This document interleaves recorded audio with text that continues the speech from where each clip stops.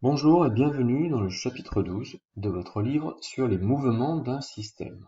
Dans ce chapitre, nous allons utiliser un outil pour décrire un mouvement et son évolution, le vecteur vitesse en un point et sa variation delta de v. Nous verrons que la variation du vecteur vitesse qui s'observe sur un système peut être reliée à la somme ou résultante des forces qui s'appliquent sur le système noté sigma du vecteur f. Par exemple, si la Terre tourne autour du Soleil, elle change de position mais aussi de vitesse. Cette variation de vitesse résulte de l'attraction qu'exerce le Soleil sur la Terre. Cette force exercée par le Soleil sur la Terre permet d'expliquer la trajectoire quasi circulaire de la Terre autour du Soleil. Premièrement, le vecteur vitesse qu'on va noter vecteur v au point mi ou vecteur vi. Alors pour définir le vecteur vitesse vi au point mi, on va encadrer le point mi par le point qui est juste avant, c'est-à-dire mi-1, et le point qui est juste après, mi plus 1. Et c'est cette variation de position définie par le vecteur mi-1, mi plus 1 pendant la durée ti plus 1 moins ti moins 1 qui va définir le vecteur vitesse vi. Vous noterez une petite erreur ici, c'est bien la différence ti plus 1 moins ti moins 1.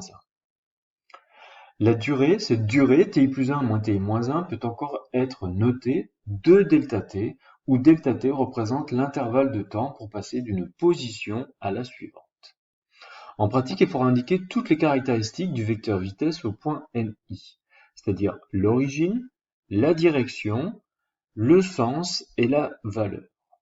Alors par exemple, pour représenter le vecteur vitesse au point m3, on indiquera son origine, c'est le point m3, la direction de ce vecteur qui doit être tangente à la trajectoire ou encore parallèle à la droite qui est formée par le point qui est juste avant M3 et le point qui est juste après, c'est-à-dire la droite M2, M4.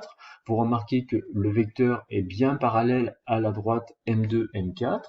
Le sens, c'est celui du mouvement, c'est-à-dire que la flèche doit être orientée de M2 vers M4. Et enfin, pour la valeur, on mesure la distance qui sépare le point M2 du point M4 en faisant attention à l'échelle des distances qui est fournie et on divise par la durée qui s'est écoulée pour aller de M2 jusqu'à M4, c'est-à-dire 2 fois l'intervalle de temps delta t qui est indiqué. Une fois toutes ces informations connues, on représente le vecteur vitesse avec une échelle adaptée. Deuxièmement, le vecteur variation de vitesse.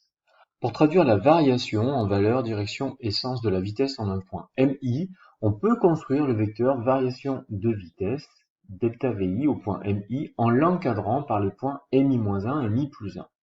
Donc le vecteur variation de vitesse, delta de vi en mi, est défini à partir du vecteur vitesse en mi plus 1, le vecteur vi plus 1, et le vecteur vitesse en mi-1, vi moins 1 par la relation delta de vi égale vi plus 1 moins vi moins 1.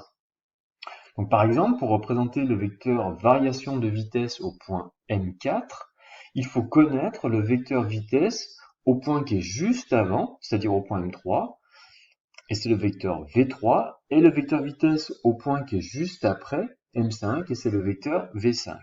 Et au point m4, on va construire le vecteur delta v4, qui est la différence entre v5 et v3. Donc là, on a construit le vecteur delta de v4, qui est la différence v5 moins v3. Autrement dit, v5 plus l'opposé du vecteur v3. Et une fois qu'on a construit ce vecteur delta v, on le reporte à la position ici m4. Ce vecteur delta de v4 est encore le vecteur qu'il faut ajouter à v3 pour obtenir le vecteur v5.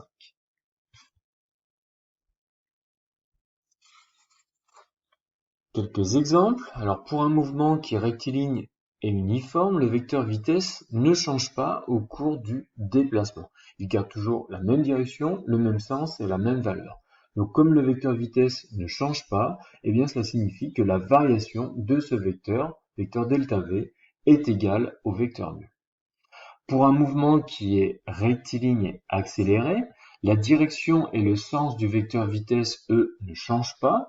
Donc on voit que c'est toujours tangent à la même droite et toujours dans la même direction. En revanche, eh bien, la valeur de la vitesse, elle augmente. Donc cela va se traduire par un vecteur vitesse qui va être de plus en plus grand. On voit que le vecteur vitesse ici au point M2, donc le vecteur V2, est plus petit que le vecteur vitesse au point M4, donc le vecteur V4.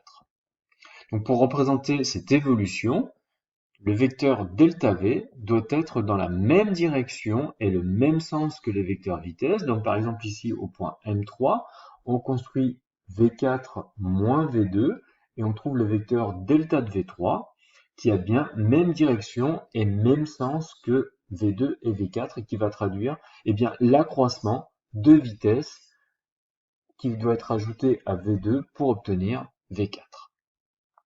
Pour un mouvement, cette fois, qui est rectiligne et ralenti ou décéléré, la direction et le sens du vecteur vitesse ne changent pas, mais la valeur de la vitesse diminue au cours du déplacement. Donc cela se traduit par un vecteur vitesse qui va être de plus en plus petit au cours du déplacement.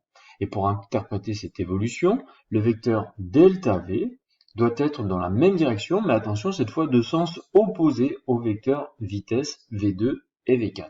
Donc par exemple, delta de V3 qui est égal à V4 moins V2 a bien la même direction et pour expliquer la diminution de la vitesse, il doit avoir un sens opposé au vecteur V2 et V4.